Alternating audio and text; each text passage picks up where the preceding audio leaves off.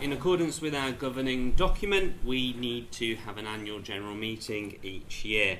So there's an agenda that we need to follow.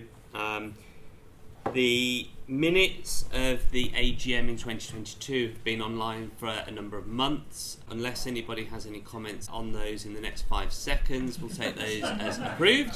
They've been on your tables as well. Okay, so far as we're aware, there are no matters arising. Again, 5 seconds to say if you disagree. Okay, so one of the things that we need to do is go through the annual report and accounts. Again, this has been online for a while, so I'm just going to pull out a few key points.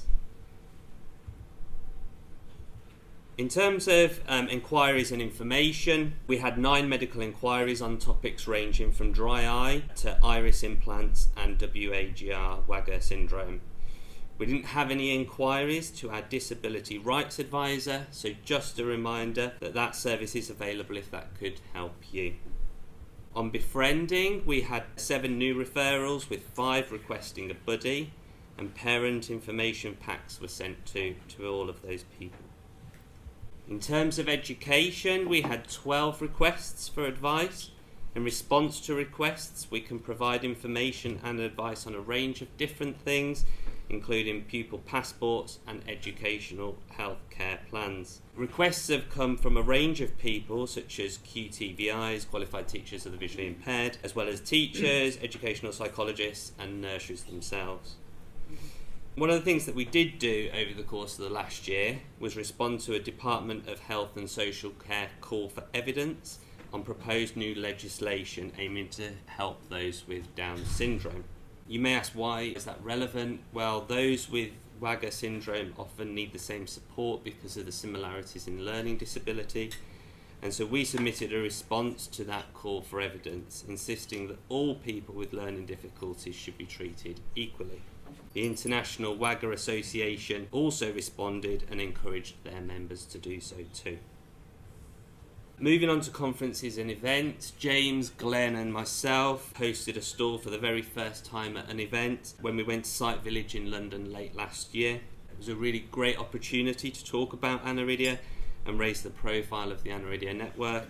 We met a wide range of people, such as those with Aniridia, those who had friends with Aniridia, and professionals as well, such as qualified teachers of the visually impaired, including some who signed up to our mailing list.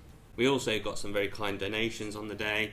And we also hosted a social afterwards, which was really great. We met some new people and some new members, and I think people find these social events that we try to host every so often a really good way of meeting new people, building friends, helping and supporting one another.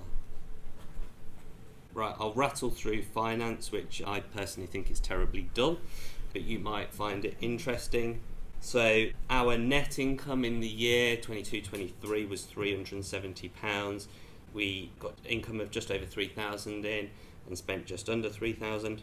Our largest areas of spend were on our internal running costs, so things like IT and the website, but we also provided a number of grants for people to attend the European Aniridia conference who might not otherwise have been able to do so.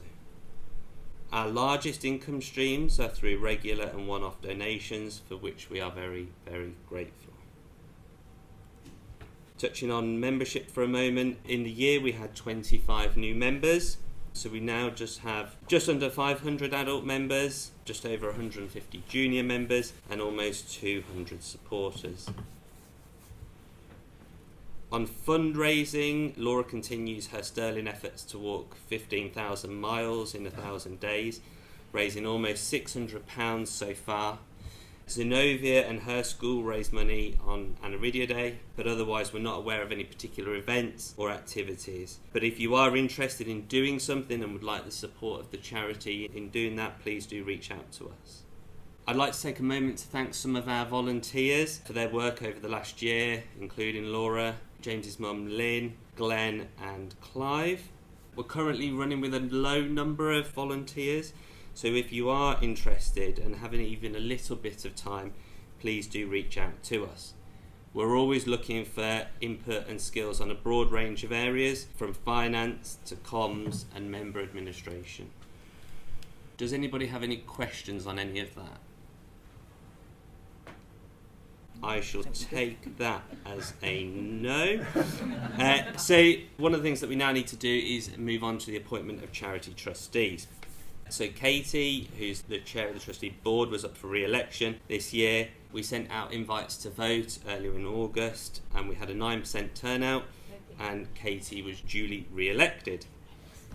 Is there any other business for the purposes of the AGM?